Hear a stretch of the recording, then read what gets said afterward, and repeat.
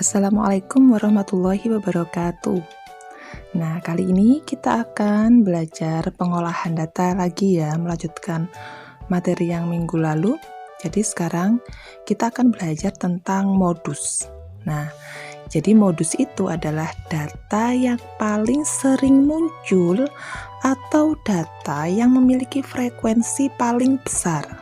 Nah, modus dapat ditentukan dari data yang disajikan dalam bentuk daftar ya, tabel maupun diagram. Nah, nanti kita akan belajar satu persatu tentang modus yang disajikan dalam bentuk daftar, tabel maupun diagram. Nah, sekarang kita akan belajar menentukan modus dari daftar. Nah, di sini ada contoh soal ya. Tentukan modus dari setiap kumpulan data berikut. Jadi yang A ada data ya, pisang, jambu, melon, jambu, pisang, melon, apel. Dan yang B ada data juga 33, 31, 30, 33, 32, 31, 30, 34, 33, 30, 34. Nah, ini dari soal A dan B ini disuruh untuk menentukan modusnya. Nah, sekarang kita menyelesaikan untuk yang A dulu. Nah, ada ini ya, data pisang, jambu, melon. Nah, ini sudah didata. Nah, jadi yang pisang ini ada 2 dari data ini ya. 1, 2, 2. Pisang ada 2, jambu ada 2, melon ada 2, apel ada 2. Nah, bagaimana untuk modusnya? Nah, karena ini frekuensinya sama semuanya ya, tidak ada yang frekuensi yang paling besar ataupun data yang sering muncul, tidak ada. Jadi semuanya sama duanya. Nah, jadi soal yang A ini tidak memiliki modus. Nah, bagaimana dengan yang B? Kalau yang B, nah data ini kita urutkan terlebih dahulu ya, mulai dari yang terkecil.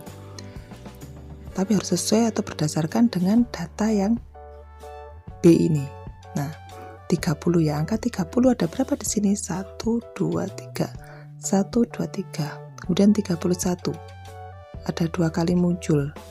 Kemudian 32 ada 1 kali muncul. 33 ada 3 kali muncul.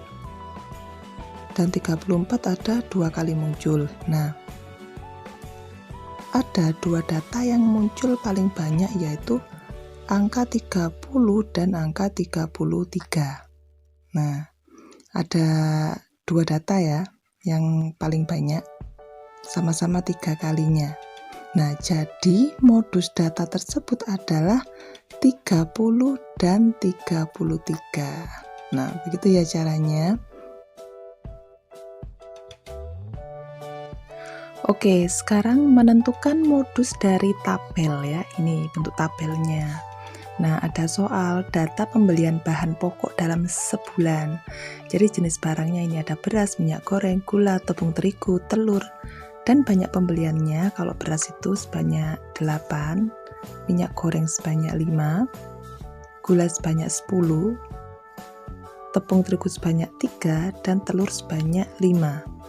Nah, bagaimana untuk modusnya dari data ini? Nah, lihat ya penyelesaiannya. Dari data pada tabel ini diketahui bahwa bahan pokok yang paling sering dibeli, kita lihat yang paling sering dibeli adalah gula. Nah, 10 ya. Nah, paling sering dibeli. Nah, jadi modus pada data tersebut adalah gula. Nah, karena gula paling banyak sendiri yaitu 10 kali. Nah, maka modusnya adalah gula. Begitu ya. Nah, oke, sekarang menentukan modus dari diagram batang. Ini diagramnya.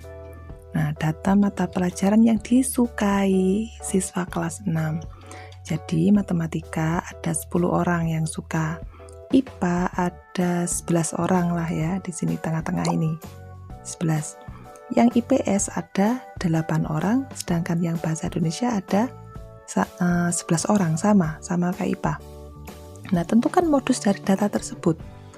Nah, dari diagram ya diperoleh siswa yang menyukai matematika ada 10 orang tadi. IPA ada 11 orang, IPS ada 8 orang, dan bahasa Indonesia ada 11 orang.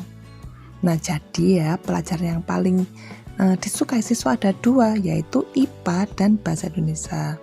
Jadi modus data tersebut ya dari diagram batang ini adalah IPA dan bahasa Indonesia. Nah,